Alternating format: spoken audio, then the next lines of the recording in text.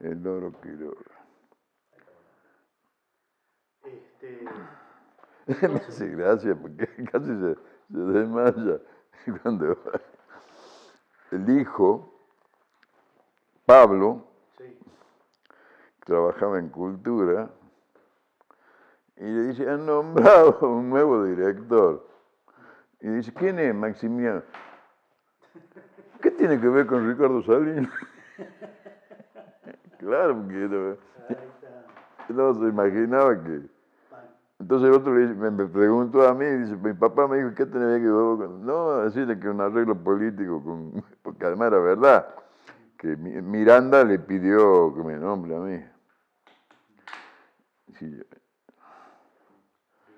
porque la verdad que poco tenía que ver uno ideológicamente con Ricardo. Más allá de que tenía buenas relaciones, era buen tipo, todo. Se ha portado re bien siendo... Por lo menos se portó bien conmigo y con vos también, ¿no? Sí. Escucha, entonces, te cuento esta historia. Llego en el 80, a mediados del 80 llego a Tucumán. Habían cerrado, no me acuerdo cuándo, desde el golpe habían cerrado el diario Noticias. No, en el 80 sí. lo estaban liquidando. En Radio Noticias lo cierra Bussi cuando viene el golpe en marzo del 76 y él lo cierra más o menos en junio. La llama a la viuda de Rafo y le dice que, eso vamos a charlar ahora también, que le iba a devolver los bienes del diario, pero que cierre el diario y liquide todas las máquinas, todo. Y esa liquidación recién se estaba haciendo en 1980. Mirá vos. 1980 tiran todo el archivo del diario porque no tenían dónde, se ve que Sí. después me entero yo, que no tenían qué hacer con eso. Sí, yo eso no lo sabía de lo montones sí. de papeles así. Sí. Yo paso a la noche con la camioneta y me llevo todos los diarios. Todos los diarios que encontré. No son todos. Ah, mirá vos. Entonces tengo los tomos del diario Noticias hace 46 años. Mirá vos. Lo tengo como patrimonio de la fundación nuestra, que es tucumana, pero no sabía eso. Ahora los tenemos acá porque Obvio. Es el lugar donde tenemos para trabajar. Es todo una reliquia, era un diario. Te digo que a pesar de ser un vespertino, tenía una muy buena tirada el diario. No me acuerdo cuántos ejemplares, pero eran muchos. Entre medio de todo, siempre quise hacer una puesta en valor de todo esto. Sí. Ponerlo a disposición de la gente, conociendo que el discurso del diario era la antítesis del de la Gaceta. Sí. Sobre Siempre todo en me esa pareció época. que decir que hubo otro periodismo, otro modo de escribir las noticias. No fue siempre así. Bueno, ahora vamos a charlar a eso, pero... me parece que había que ponerlo en valor. Sí. Y lo quise hacer durante tanto tiempo y no encontraba los medios, el tiempo, todo. Bueno, ahora que estoy jubilado, le dedico un rato más de tiempo y digo, bueno, voy a entrevistar a la gente que sobrevivió el diario. Y mira vos, y la Marta te comentó que yo... Vos Marta no tenías idea de que yo... Ni sabía. Me dice, vos tenés uno ahí que vive a la vuelta de tu casa. Burba. Bueno. Ahí vos dijiste que vive a la vuelta de tu casa, te digo la Marta. Y mira. Dice, sí, vive en Catamarca. Y claro, si ellos te tienen, yo a veces te escucho rompiendo la siesta. Sí. Digo, hay veces que te escucho, ellos te tienen de panelista ahí, digo, pero nunca me imaginé que vos habías trabajado en el diario. Sí, 3 años tuve. Contame un poco esa historia. Sí, ahora vamos a conociste, todo eso. Ya está listo, ya está grabado. ¿Ah? ¿Empiezo a hablar ya? Ah, bueno, mira, en realidad yo ingreso al diario era muy joven, tenía 26, 27 años en el 73, como consecuencia de que se muere, lo matan en realidad a Ángel Raffo, un pariente de él, debe haber sido una deuda, en ese de deuda, sí, creo que en junio del 73 lo mata, un pariente, y la viuda de Raffo decide cerrarlo al diario.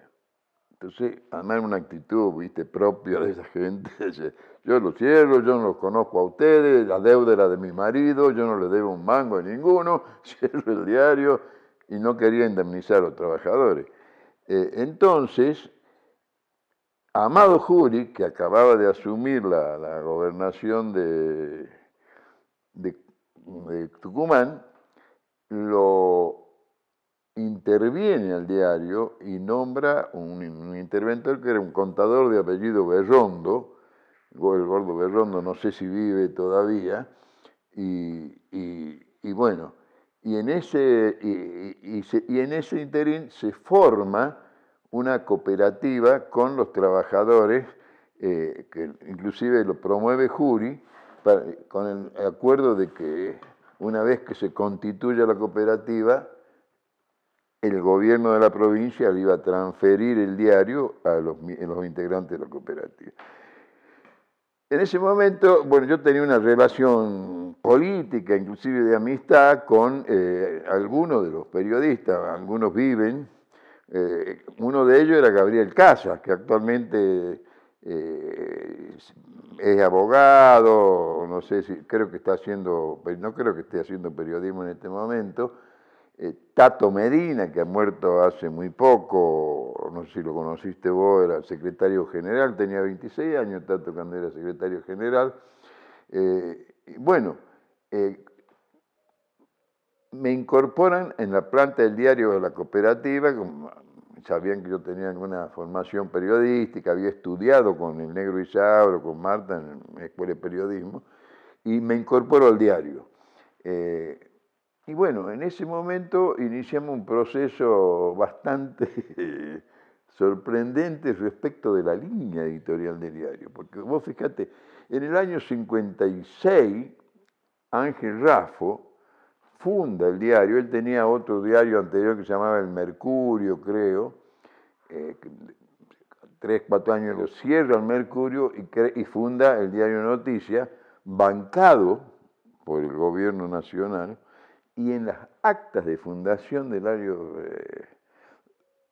diario figura como fundamento de la fundación del diario que era creado para defender los principios de la revolución libertadora. Es un diario totalmente gorila, ¿no? Con la característica que, bueno, hay un proceso en la Argentina que se caracteriza por la peronización de toda una generación de jóvenes, en la cual nosotros formamos parte. Cuando muere Raffo y queda la cooperativa, el plantel, que era mayoritariamente peronista, estaba Gabriel Casas, que era peronista, Tato Medina, que era el secretario general del diario, Rafael Palacio, no sé si lo llegaste a conocer, un personaje bastante característico, José Augusto Moreno, es seguramente que lo has conocido, el negro. Bueno, los mayores ahí eran Terry Vila, que hacía periodismo deportivo, un hombre que en ese momento tenía 40 y pico de años, y Maciel, que era el único gorilón que había, Modesto Maciel, no sé si lo llegaste a conocer vos, un hombre de unos 50 años que duró muy poco y se fue Él trabajaba en el Canal 10 de noticias, inclusive él lo llevó al diario a Tony Arnedo, que era un pupilo de él, medio periodísticamente, pero a los meses, cuando él se fue a Canal 10, se lo llevó a Tony al canal, así que tampoco está. Bueno, en ese momento, obviamente, con componente de periodistas que tenía y el manejo nuestro, obviamente la línea editorial tuvo un giro de 180 grados y empezó a apoyarlo al peronismo, porque, digamos, prácticamente, yo te diría el 80% de los compañeros, el Negro Hugo, Tato Medina, Rubén El Singer, que trabajaba con nosotros, él era del FIP, pero era una línea más o menos afín. Bueno, en mi caso, había un muchacho de espectáculo que no sé si compartía políticamente, pero era un tipo muy piola, Paquito Hernández se llamaba, no sé, ¿lo conociste vos? A Paco Hernández. Él hacía espectáculos. Y bueno, empezamos este proceso de peronización del diario. Obviamente viene el golpe militar en el 76, asume Bussi la gobernación, la llama a la viuda, le dice: yo le devuelvo el diario, usted me lo cierra el diario y venda las maquinarias, no quiero saber nada con que ese diario siga funcionando. Y así desapareció el diario, ¿no? No sé si querés preguntar. O sea que por esa misma razón no tenían ningún interés en el archivo del diario ni nada, no le pertenecía casi. Sí, no tenía, además una mujer bastante, digamos, ignorante. Ella lo que hizo es liquidar los bienes, digamos, vender las maquinarias, las linotipos, y obviamente el edificio estaba en la calle de Buenos Aires, el 200, un edificio muy lindo, no sé si vos llegaste a conocerlo, digamos, un edificio de 2 plantas que funcionaba el diario, y no sé si lo habrá terminado de liquidar, de vender, y nosotros iniciamos un proceso largo, tuvimos a través de casualmente Gabriel Casa y Joyce Casa, que es hermano, un abogado también. Hicimos un proceso de reclamo ante la justicia por la deuda salarial que quedó pendiente, que me acuerdo viste cómo es la justicia. Cuando yo hice el reclamo, o cuando lo hicimos en conjunto, yo calculaba que con la guita ella me podía comprar un auto. Cuando cobramos no me alcanzaba ni para una bicicleta, digamos. Duró 9 años el proceso legal hasta que hubo una sentencia firme reconociéndonos el reclamo salarial, ¿no? Bueno, y ahí contá un poco cómo trabajaban adentro del diario, cómo era el trabajo dentro del diario. Sí, mira, era en otro tiempo, la redacción del diario funcionaba a la mañana, porque era un vespertino. Nosotros entrábamos a la redacción a las 9 de la mañana y el horario de trabajo era hasta la 1 de la tarde. En ese tiempo no existía la tecnología de hoy, digamos, escribíamos, teníamos una Lexicon 80, era la máquina, escribíamos en papel, inclusive papel de diario, que cortábamos las hojas, eso lo pasábamos al taller. En el taller tenía unas máquinas con plomo, hacían chapas de plomo, las linotipos. Había un cartón que no sé cómo se llamaba, unas planchas de cartón, imprimían el plomo del linotipo en las planchas esas de cartón. Esas planchas de cartón las colocaban en la rotativa y largaban la rotativa, iba alargando el papel, compaginando y cortando, o sea que salía de la rotativa el diario prácticamente armado, ¿no? Eso era.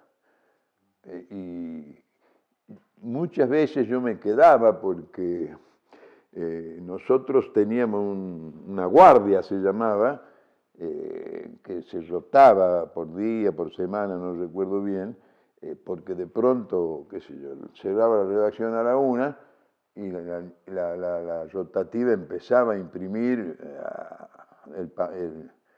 a las 4 de la tarde. El diario salía a la calle 4:30, 5, y en ese interín podía de pronto, qué sé yo, lo mataban al gobernador, había un accidente de tren, dejaban 200. Entonces había que automáticamente modificar suspenderla, no suspender, sino cambiar la tapa del diario, la primera hoja, y incorporar la noticia esta que podía haber pasado.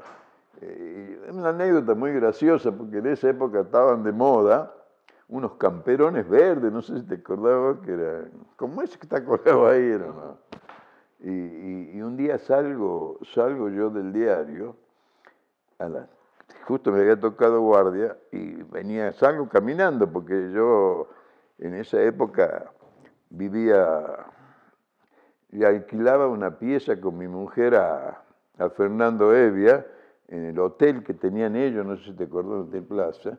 Entonces me iba caminando hasta el hotel donde yo vivía, y a las 3 de la tarde para un jeep verde, se baja un miliquito, un subteniente, teniente, qué sé yo, con cara bien porteño, y me mira así, ¿no? Estaba con un vaquero como este, jean, esa campera verde, me pide los documentos, era jodido esa época, le doy los documentos, lee mi apellido, y me dice, ¿usted es argentino? Y yo pensaba que me lo preguntaba por mi apellido. Yo tengo un apellido, no sé si bastante complicado, alemán. Y le digo, sí, y me mira así, dice, ¿y entonces por qué se caracteriza como el enemigo? Me cagaba de risa, que me fui riendo hasta la piel. Esas cosas que había, ¿no? Bueno, esa era la historia, ¿no? Y lo que yo tengo entendido es que ahí en el diario trabajó Oscar Quiroga, hizo alguna Sí, redacción Oscar, pero Oscar trabajó antes de ese periodo, ya cuando yo estaba. El equipo que había era, cuando yo estaba, era el secretario de redacción era Tato Medina, que era un muchacho joven, ¿no? Sobre todo en esa época que prácticamente la cooperativa bueno, estaba Gabriel Casas, que era presidente de la cooperativa, él era abogado, el negro Jugo, que lo debe haber conocido, que se murió hace poco, después entraron a la Gaceta, estaba terrible, un tipo que no me acuerdo el nombre, el apellido era Barrio Nuevo, pero nosotros le decíamos Isidorito Cañones, porque era un personaje de ese estilo, ¿no? El negro Moreno, bueno, ese era el equipo, ¿no? Oscar, tengo entendido que trabajó, pero antes de que yo me incorpore al diario. O sea, en la época anterior al 73, anterior Sí, a al a la muerte 73, inclusive anterior. Yo entré en el 73 al diario y trabajé 3 años ahí. Y no, Oscar no, era amigo de Oscar, lo conocía, inclusive en algún momento tuve alguna veleidad de Artoral, iba a hacer teatro con él, pero con Marcaida, me acuerdo que estaba ahí, ¿cómo se llamaba? La Rosita Ávila, ese grupo. Pero él trabajó, el que también trabajaba, el que era un personaje muy característico, era el papá de Rubén Elsinger. Era un hombre, era una pluma privilegiada, te digo. Además llegaba alcoholizado, se sentaba en la máquina, en la Lexicon 80, escribía y te la entregaba y se iba, 10 minutos. Además, tenía un odio, me acuerdo, a Maciel, terrible le tenía, ¿no? ¿Y él de qué escribía? ¿Qué temas tocaba? Él era columnista, hacía el editorial del diario, era el editorialista del diario. Era un hombre con un pensamiento evidentemente nacional, al menos supongo que debe ser esa la tradición, porque los dos hijos de él, vos los conocés, son compañeros los dos, no tanto Rubén como Horacio. ¿Y a a Pancho Galíndez lo conociste ahí Sí, en el Pancho, diario. sí, pero Pancho no iba al diario. Ah, Pancho tenía esas dificultades motoras, vivía en silla de ruedas, tenía dificultades. Yo debo haber sido uno de los pocos tipos que le entendía lo que decía. Porque a mí me quería mucho Pancho, me hablaba y yo lo entendía, no sé por qué me pasó. Viste que era difícil, no, bueno, al haber conocido era un muchacho con muchas dificultades motoras, mira, como se dice ahora, contrahecho, yo estaba en una silla de ruedas, temblaba, pero muy inteligente, muy inteligente. Por ahí creo que debe haber un libro de poemas que él me regaló, lo debe tener Malena, tiene una biblioteca al fondo. Pancho ¿y él entonces qué hacía? compartía. ¿Ah? ¿Colaboraba con el diario? Él no, vos decís que no iba a la... No iba al diario, él Ah, colaboraba. Había un morochito, yo me acuerdo, un chango jovencito que manejaba la silla. Y él sabía llevarlo. No sé si Pancho llegaba a escribir en la máquina o le mandaba, le dictaba, porque tenía muchas dificultades, ¿no? Yo lo frecuentaba mucho porque en esa época el lugar habitual de cierto sector intelectualoso, político, era el Buen Gusto. Y ahí estaba instalado permanentemente Pancho, entonces yo siempre iba y me sentaba con él, hablábamos, se emocionaba mucho porque para él era muy costoso hablar conmigo. Y además yo tenía una novia que que lo acompañaba mucho a Pancho y también que era vos la debe haber conocido, es cuñada de Macarini, una changa comensaña. sí.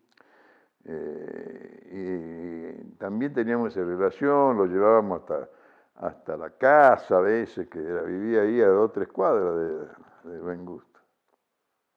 Y vivía cerca del diario también, porque Y que acá... también cerca del diario, de la zona, vivía en el centro, ¿no?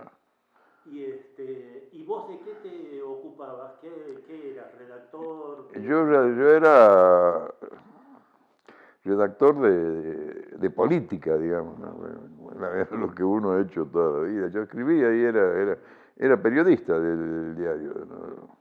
O sea que tus notas las tengo que buscar, ¿Ah? porque las notas tuyas las tengo que buscar después del 73, Sí, en ese periodo. pero no eran notas firmadas en realidad, no firmábamos notas, salvo la editorial que hacía el Singer, ¿no? Un personaje muy característico, era el viejo, vos lo debes haber conocido, el papá de Rubén y de Horacio, ¿no? No llegué a conocerlo. No llegaste a conocerlo. Era No. una especie de José Augusto Moreno en viejo, digamos. Vivía alcoholizado y tenía una pluma privilegiada. El mismo Negro Augusto. El Negro Augusto nada más que negro, era compañero. El viejo en sí, que no sé, se me ocurre que era más anarco que otra cosa. El Negro Augusto era compañero, inclusive trabajaba con Dardo Molina en una época, era asesor de él. Sí, Augusto, y Augusto lo conocí de poeta. Sí, era muy buen poeta, además. Pero no conocí que No él sabía que fuera había trabajado en el periodista. diario, sí, trabajaba en el diario. Y Pero era también como un tipo, periodista. tenía una relación con el diario. Claro que ya, y eso fue después de la muerte de Raffo, cuando ya era, el manejo era nuestro, de una cooperativa de trabajadores. Entonces él no hacía horario. José Augusto llegaba al diario, se sentaba en la máquina de escribir, hacía unas columnas maravillosas a una velocidad increíble, un tipo bastante brillante en eso, ¿no?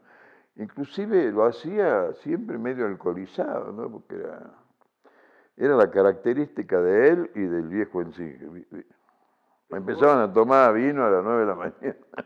Eso te iba a preguntar, porque vos decís que iban a trabajar las mañanas para tener la... Sí, pero venía ya con... a O la venía de la noche, noche mañana, anterior y ya después iba a dormir, uno nunca sabe cómo era la cosa. Pero era un gran escritor, un gran poeta y un buen compañero además, ¿no? ¿Y la circulación del diario cómo era? ¿Qué te acordás de eso? ¿Quiénes lo compraban? ¿Por dónde? Mirá, el diario tenía una tirada importante. Yo no sé cuántos ejemplares eran en ese momento, pero era una tirada importante. Era un diario, se vendía bastante el diario Noticias.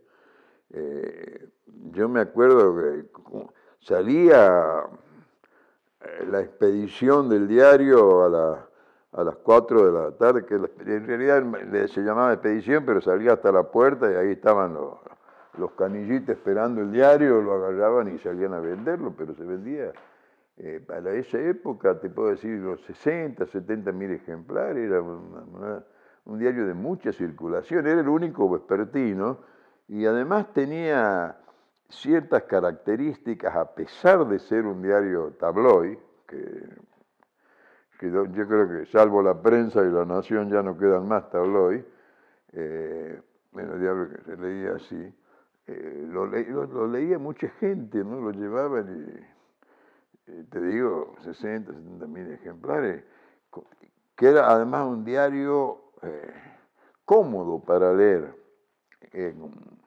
¿Por qué? Porque, viste, tipo crónica, sí, con notas cortas eran, digamos, y esa gente la leía mucho en los ómnibus, en las calles, digamos. Bueno, vos tenés ejemplares, ahí te vas a dar cuenta que la estructura del diario, ¿no? ¿Y alguna